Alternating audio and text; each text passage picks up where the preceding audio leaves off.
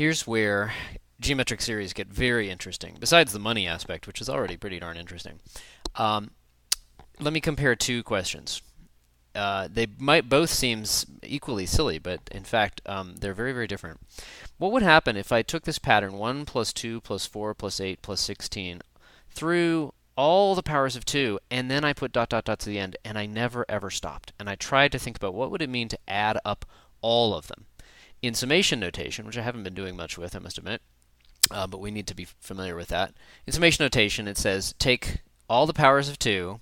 I put the k minus 1 in here to match up with our usual way of talking about these. If k equals 1, you get 2 to the 0, and that's 1. And then I'm going to take the sum and I'm going to send it off to infinity. There's the infinity symbol. Could that mean anything? Well, if you look at it, hopefully it's pretty clear that if I add up the sequence of numbers, it's infinitely long, and they're getting arbitrarily big. They're actually growing as you go. This has just got to be basically infinity. Okay? If you want to put any meaning in it at all. Or you could just say, look, this doesn't make a whole lot of sense. And another way to make that more precise would be to say, well, look, I know what happens if I look at a partial sum of this. And this is where we see why that word partial, because it's to contrast it with the idea of the full sum of the entire infinite sequence. If I just summed up through 2 to the, oops, and now I need another letter for the place where I stop the pattern. Here, k was talking about all the terms in the pattern is a temporary address for these terms in the pattern, and there wasn't any n to stop it at. But here I know, and my convention has been to go stop at n minus 1. Well, we know the formula for that. It was just the next power of 2 minus 1. That's something we actually figured out just by guessing. I'm not sure we did it in both classes. But if we want to, it's the a, that's a is 1, times 1 minus 2 to the next power, that's r to the n, over 1 minus 2. If you look at that, dividing by 1 minus 2 just flips the order and turns it into 2 to the n minus 1. So it is an instance of the general formula with the a's and the r's. Well, so I know what happens if I add all these up. It's exactly just a power of 2 minus 1. And then what I'm doing here is I'm just saying, what's the trend? What is the trend in these numbers? It's 1, 3, 7, 15, 31. As we just go and never ever stop, as we take n, the stopping place, off to infinity. Well, then the answer is just, oops, infinity. Okay. Well, so of course, if I add up an infinite number of things, you're going to get an infinite answer, right? Well, that's where it gets very interesting, because let's contrast that to summing up the inverse powers of 2. 1 plus a half, or 2 to the minus 1. 1/4, or 2 to the minus 2. So, or in other words, all the powers of 1/2. So here, we've got all the powers. Now, again, the idea is to package up into summation notation. Remember that summation notation is just a way to write things. It doesn't answer any question.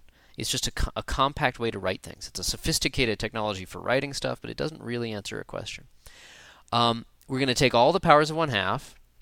If k is 1, which is our standard starting place, we put in k minus 1 so that we start with a simple number 1. And then we just take it off to infinity. We say k equals 1, 2, 3, 4, 5, 6, and never stop, and see if we could assign any meaning to this guy. Well, a lot of people would think there's no way to do that. You can't actually do the summation of adding them all up. It would take you an infinite amount of time to do the process. But we know a shortcut. We know you don't actually have to do that summation to figure out the answer, at least if you take it up to just a finite number of terms. So that suggests that maybe we can understand this. Okay. So what we're going to do is we're going to back off a little bit. We're going to say, what if, let me just copy this whole thing. What if I just stopped at a finite number of terms, but then I start comparing all the different places I could stop at? So I'm just going to take it up to 2 to the n minus 1.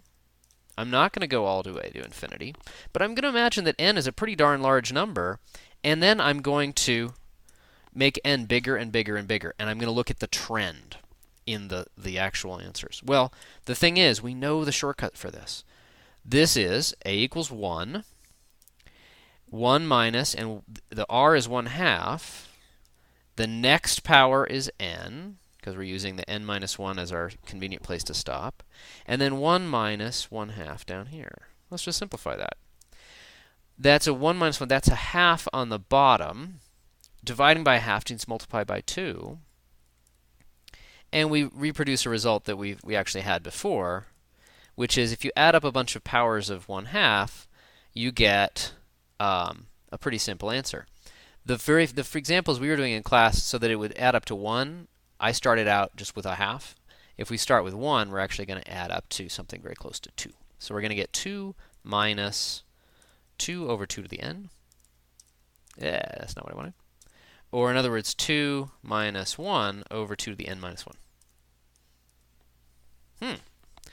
So, what do those numbers look like? Those are numbers like, well, it starts with 1, and then 3/2 when I just add 2 of them together, and then 7/4, and then 15/8, and then 31/16.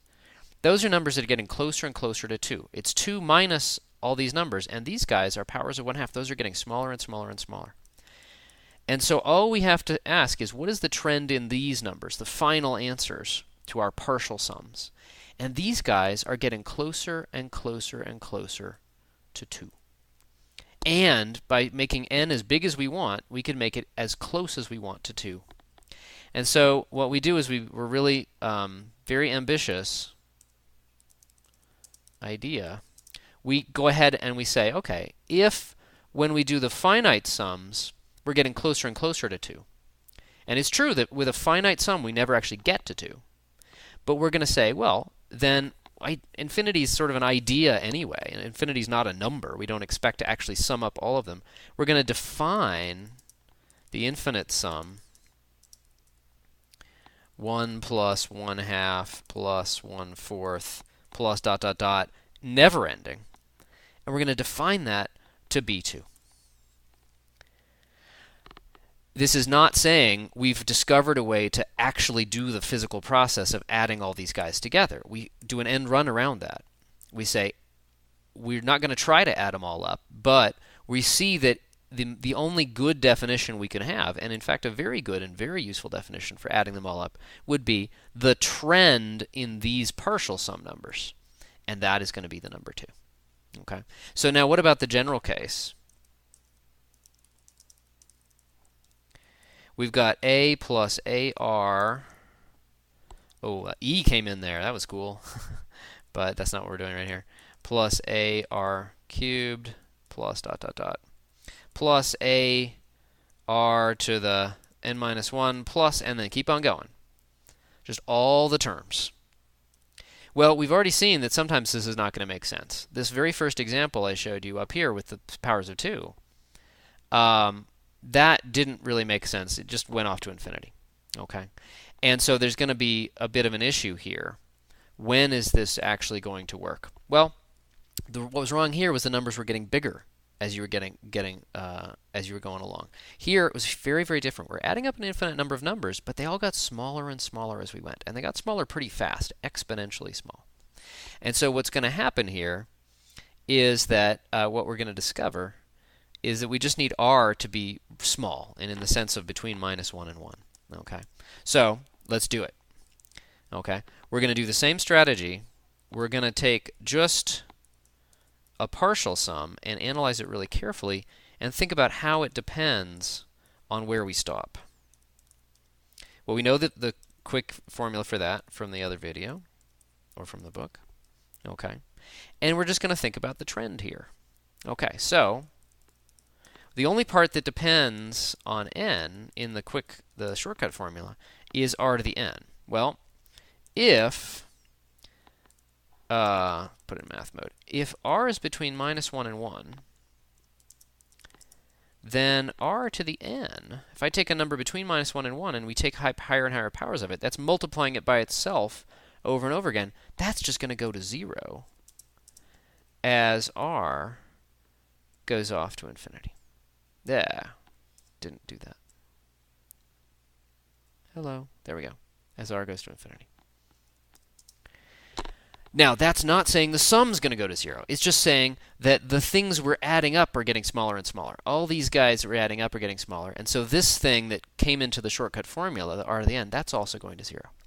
And so we're not saying that at some finite stage we're going to kill that. We're going to say we're looking at the trend and we're using that to define the infinite sum. And so we're just going to say if this condition is true on r, if r is between minus 1 and 1, then we're just going to define the infinite sum, never stopping, to just be what happens if I just erase that term. The minus r over n goes away, and we get a very simple formula. We just get a over 1 minus r. Whoa, not 4. A over 1 minus r. Okay. So that's pretty cool. We've got a definition for the sum of an infinite number of things. It's absolutely crucial that r be a small number here, between minus 1 and 1. Otherwise, it makes no sense. It does not work. Don't try to plug into the formula. You would be able to get an answer here, but it wouldn't mean anything. Not anything we can make sense of anyway. Okay, that's a good place to stop this one.